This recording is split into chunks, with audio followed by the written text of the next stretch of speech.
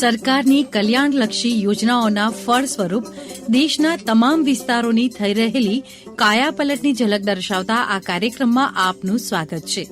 આજે દેશની અષ્ટલક્ષ્મી ઈશાન ભારતની વાત.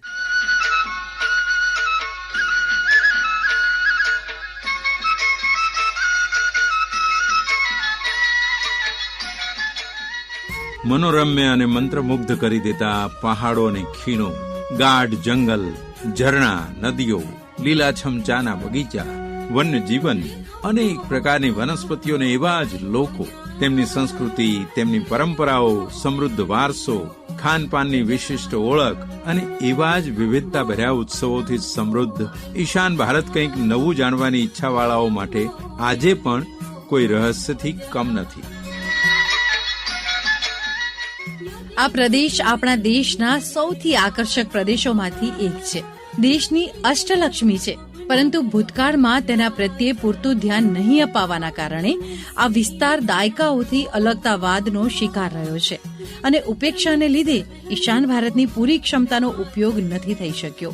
પરંતુ નરેન્દ્ર મોદી સરકારના આ અષ્ટલક્ષ્મી રાજ્યો પ્રત્યેના પોતિકાપણા અને વિકાસલક્ષી કાર્યોની પહેલે આ વિસ્તારના જખમો પર મલમ લગાડવાની સાથે જ આ રાજ્યો પણ દેશના અન્ય વિકસિત રાજ્યોની સાથે કદમથી કદમ મેળવીને આગળ વધી રહ્યા છે.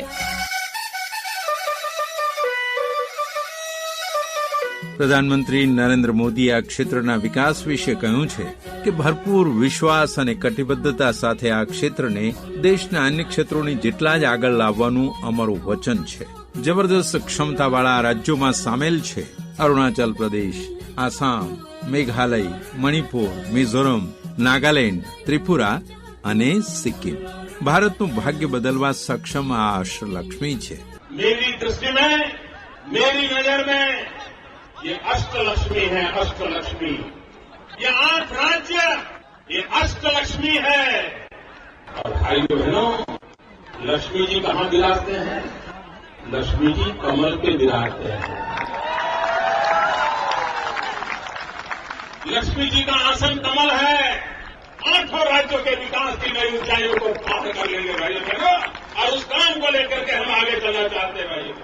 મોદી સરકારે પહેલા દિવસથી જ આ વિસ્તારમાં વિકાસ કાર્યોને ઝડપી બનાવવા વિશેષ પ્રયાસો કર્યા છે. પ્રોએક્ટિવ એક્ટ ઈસ્ટ પોલિસી અંતર્ગત સરકારનો હેતુ આ ક્ષેત્રમાંથી કેવળ અલગતાવાદની ભાવનાને ઓછી કરવાનો જ નહીં, પરંતુ તેને અગ્નિ એશિયાના દેશો માટે ભારતનું પ્રવેશ દ્વાર બનાવવાનો પણ છે. आज नॉर्थ ईस्ट में कनेक्टिविटी का नया इतिहास लिखा जा रहा है. ये कनेक्टिविटी दिलों की भी है और इंफ्रास्ट्रक्चर की भी है. बहुत जल्द नॉर्थ ईस्ट के सभी राज्यों की राजधानियों को रेल सेवा से जोड़ने का काम पूरा होने वाला है. एक्ट ईस्ट पॉलिसी के तहत आज नॉर्थ ईस्ट बांग्लादेश, म्यांमार और दक्षिण पूर्वी एशिया से भी कनेक्ट हो रहा है. बीते वर्षों में जो प्रयास हुए हैं उसकी वजह से हम नॉर्थ ईस्ट में स्थायी शांति के लिए, श्रेष्ठ भारत के निर्माण के लिए उत्साह अनेक गुना बढ़ा हुआ है.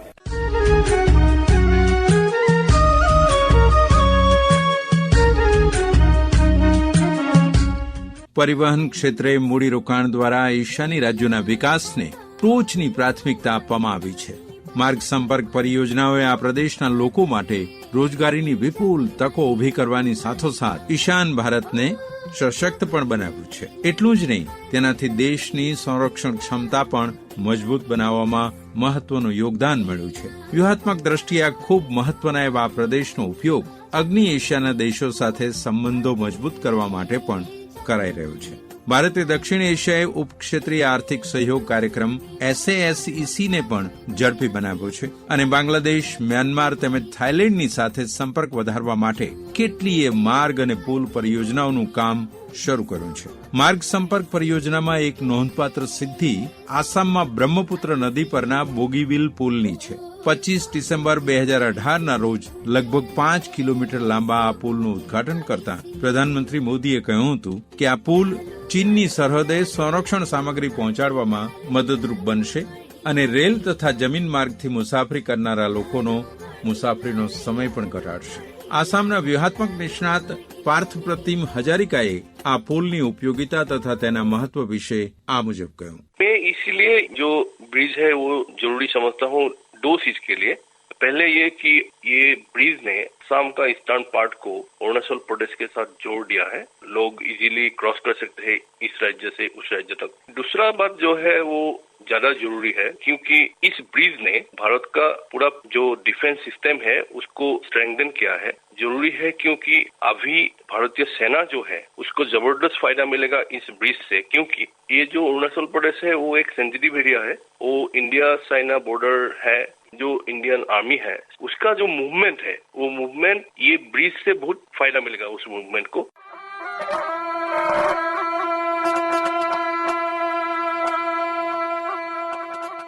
તો પુલના એક લાભાર્થી પરિસ્મિતાએ પણ ખુશી વ્યક્ત કરી છે. पहले जब ब्रिज नहीं था तब ब्रह्मपुत्र के नॉर्थ साइड से कनेक्टिविटी का इतना प्रॉब्लम होता था, लेकिन अभी बॉगीबिल ब्रिज होने के बाद हम लोग आसानी से वहां जा सकते हैं और हम लोग वहां से अरुणाचल भी जा सकते हैं जहां में बहुत सारा टूरिस्ट स्पॉट्स है.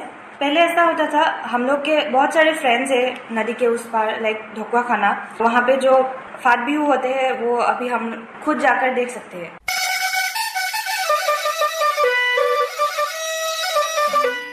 આપણે જો અન્ય યોજનાઓની વાત કરીએ તો સિક્કિમના પાટનગર ગંગટોક નજીક પાક્યોંગમાં હરિત ક્ષેત્ર વિમાનઘરનું નિર્માણ, ઇમ્ફાલમાં રાષ્ટ્રીય રમતગમત યુનિવર્સિટી, આસામમાં નમલીગઢમાં બાયો રિફાઇનરી પ્લાન્ટ, ગુવાહાટીમાં અખિલ ભારતીય આયુર્વિજ્ઞાન સંસ્થાન એમ્સ તથા મિઝોરમમાં સૈનિક સ્કૂલની સ્થાપના, અરુણાચલ પ્રદેશના ઈટાનગરમાં સિવિલ સચિવાલય અને માજુલી માર્ગનું નિર્માણ, ત્રિપુરામાં સબરૂમને બાંગ્લાદેશના રામગઢ સાથે જોડતો મૈત્રી સેતુ ફેની પુલ, મોરેહમાં સંકલિત તપાસ ચોકી, ઈશાન ભારતના રાજ્યોમાં સુદૃઢ મોબાઈલ સંપર્ક વગેરે સરકારની અન્ય સિદ્ધિઓમાં સામેલ છે.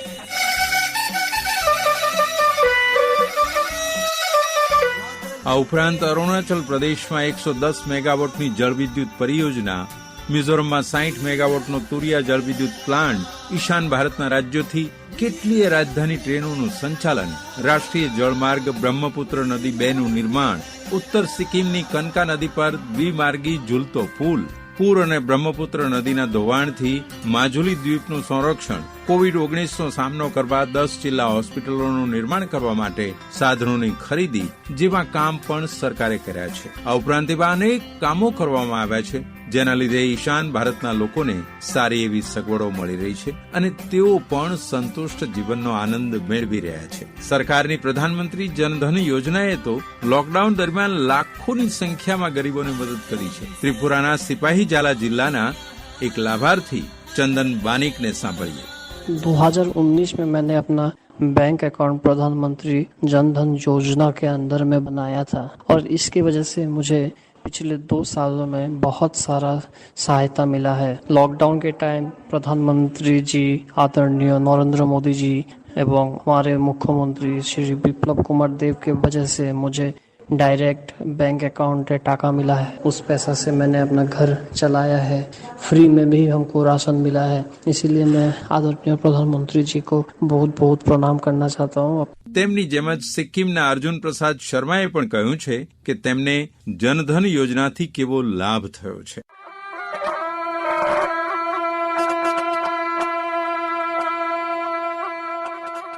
यह अकाउंट खोलने के बाद मुझे सारे फायदे मिले हैं. जैसे मेरा जो अकाउंट है इसके ऊपर में जो मिनिमम बैलेंस की जो आवश्यकता है अन्य जो दूसरे बैंक में इसमें यह आवश्यक नहीं है. जैसे कम मेरा जैसे तैसे भी ये अकाउंट खुल सकता है.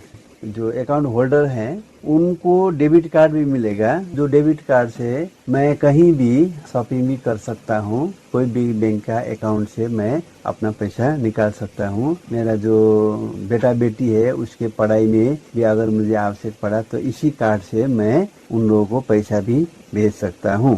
अगर कोई बाई चांस एक्सीडेंट हुआ इसमें इंश्योरेंस के रूप में मुझे 2 लाख तक मिल सकता है। तो इसके लिए मैं विशेषकर केंद्र सरकार को धन्यवाद देता हूँ। ત્રિપુરાના ઉંકોટી જિલ્લાના એક અન્ય લાભાર્થી વિનોય દેવ કહે છે કે પ્રધાનમંત્રી જન આરોગ્ય યોજનાના કારણે તેમના બીમાર માતાની સારવારમાં સારી મદદ મળી હતી। मैं आयुष्मान भारत प्रधानमंत्री जन आरोग्य योजना का एक बेनिफिशियरी हूँ। मैं बहुत खुश हूँ कि इस तरह की आयुष्मान भारत कार्यक्रम पूरे भारतवर्ष में चल रहा है। ये विश्व का सबसे बड़ा स्वास्थ्य बीमा कार्यक्रम है। मैं अपनी बीमार माँ को इस आयुष्मान कार्ड से मुफ्त में इलाज करवाया। हम लोग बहुत खुश हैं कि सरकार का इस तरह की जो सुविधाएं हम लोगों को मिल रहा है।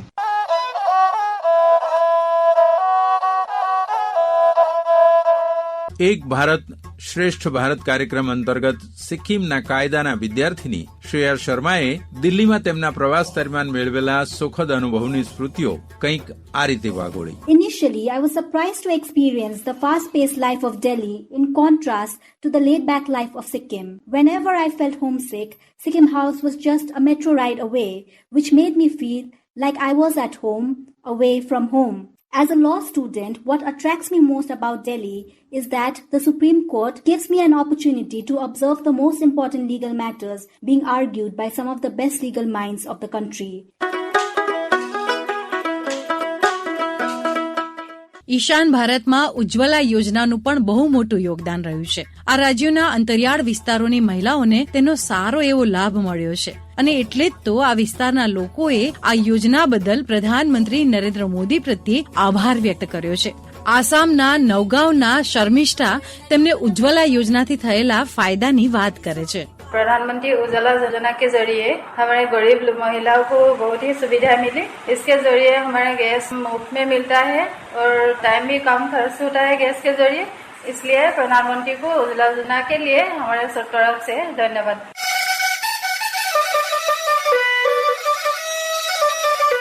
મિત્રો, કેન્દ્ર સરકારે ઈશાન ભારતના ઝડપી વિકાસ માટે કલાદાન મલ્ટી મોડેલ પ્રોજેક્ટ પર કામ શરૂ કરી દીધું છે, જે અંતર્ગત પશ્ચિમ બંગાળથી બંગાળના અખાતમાં થઈને મ્યાનમાર અને મિઝોરમને જોડવામાં આવશે। તેનાથી આ પ્રદેશનો વિકાસ વધુ ઝડપે થશે। સરકાર ટ્રાયલેટરલ હાઈવેને જોડવાનું કામ પણ કરી રહી છે, જે ઈશાની રાજ્ય મણિપુરને મ્યાનમાર થઈ થાઇલેન્ડ સાથે જોડશે। મોદી સરકાર બાંગ્લાદેશની સરકાર સાથે મળીને અગરતલા અખુરા રેલવે લાઇન ઉપર પણ ઝડપથી કામ કરી રહી છે, જેની પાછળ 218 કરોડ રૂપિયાનો ખર્ચ થશે। હાલ કોલકાતાથી અગરતલા સિલીગુડીના રસ્તે જતા 1600 કિલોમીટરનું અંતર કાપવું પડે છે, પરંતુ બાંગ્લાદેશના રસ્તે વાહન વ્યવહાર શરૂ થશે તો આ અંતર ઘટીને માત્ર 300 કિલોમીટર થઈ જશે।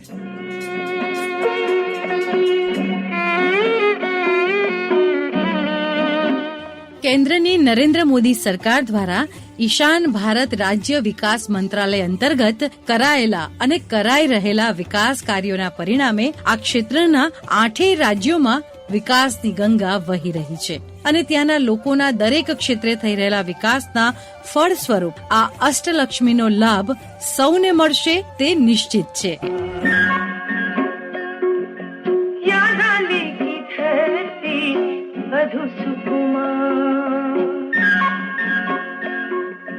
नीला नीला आसमां अंत न पार, याद आली की धरती मधु सुकुमार।